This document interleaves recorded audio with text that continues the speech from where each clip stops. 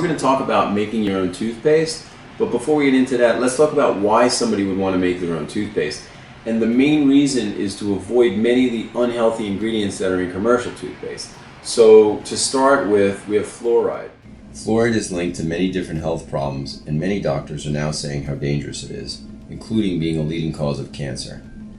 Dentists are saying it's actually quite harmful to your teeth, and there are even studies that show that it lowers your IQ and calcifies your pineal gland. Other ingredients you want to avoid is glycerin. One of the things that glycerin as well as fluoride does is put a protective coating around your teeth. But what it actually does is prevent your teeth from remineralizing.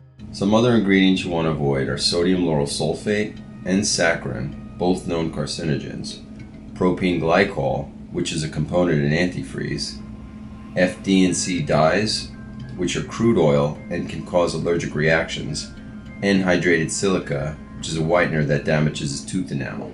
So even if you're not going to make your own toothpaste and you want to buy something more healthy, buy one that doesn't have fluoride in it. Or any of these other ingredients. One of my favorites is Dr. Mercola's. What you're going to want to put in your toothpaste are some of the ingredients I have here, main one being coconut oil. This one is a brand I really like. It's called Nativia.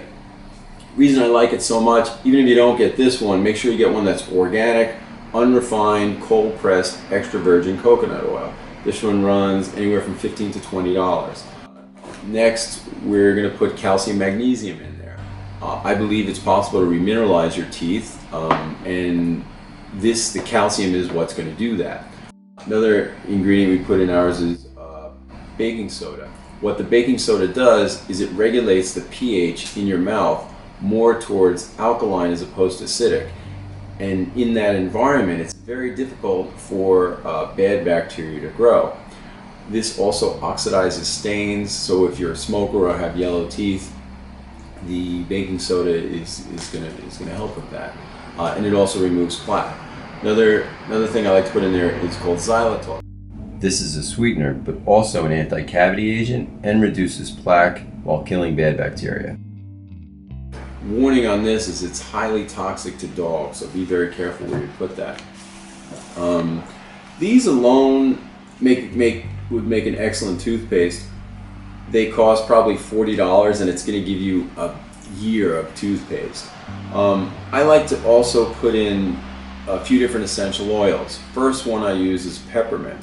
Peppermint is really healthy for you for many different reasons. It helps with headaches and nausea, but for our purposes, it is an antiseptic and it's going to give you great breath. It also makes your toothpaste smell and taste really good. Another one that I like to use is tea tree oil. What the tea tree oil is an antiseptic, antifungal, and anti-inflammatory. It treats periodontal disease. Warning on this is pregnant women and breastfeeding women don't want to use that. And finally, we have myrrh, like frankincense and myrrh without the frankincense. Myrrh is antifungal, anti-inflammatory, and it prevents gingivitis. It's really good for your gums. Also, warning on this, pregnant women and women breastfeeding don't want to use it. To tell you how to do this, let's start with xylitol. I use about 2 tablespoons. Since it's granular, it tends to be abrasive, so I like to grind it up a bit. Next we have calcium magnesium. I use about 5 tablespoons of that. Then add about 3 tablespoons of baking soda.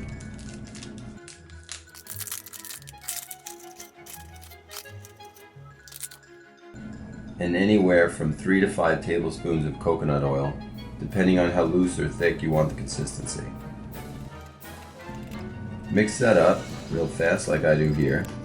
Then add about 20 to 25 drops of peppermint, 10 to 15 drops of myrrh, and 10 to 15 drops of tea tree oil.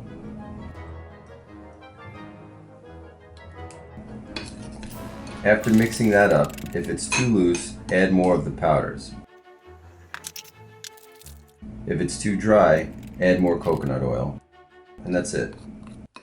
The thing about coconut oil, which is our main ingredient, this solidifies at a high temperature. So anything below 74 degrees is going to be solid. So if you want to keep that in your refrigerator, which you don't have to, but if you do want to keep it in there, it'll become very hard. So in that case, you would just break a piece off, put it in your mouth, make it soft, and then brush your teeth with it. Above 74 degrees, it's going to be very liquidy. I should also suggest to you use the softest toothbrush you can find, and this will prevent you from scraping the enamel on your teeth as well as your gums. I also like to use my weak hand when I brush my teeth. So I'm a righty, I use my left hand. The reason being is because I don't brush as hard when I use my left. Also, it makes for a very good connection between your left and right brain when you do many of your everyday functions with your weak hand. Another tip I can give you is you can use a toothpick to put it inside the tea tree oil and put that in between your teeth like you're flossing. And what that does is it kills a lot of the bacteria in between your teeth. So there it is. I am not a doctor or a dentist, so I would recommend checking with your doctor or dentist before using any of these products. This is just an educational video. Thank you very much.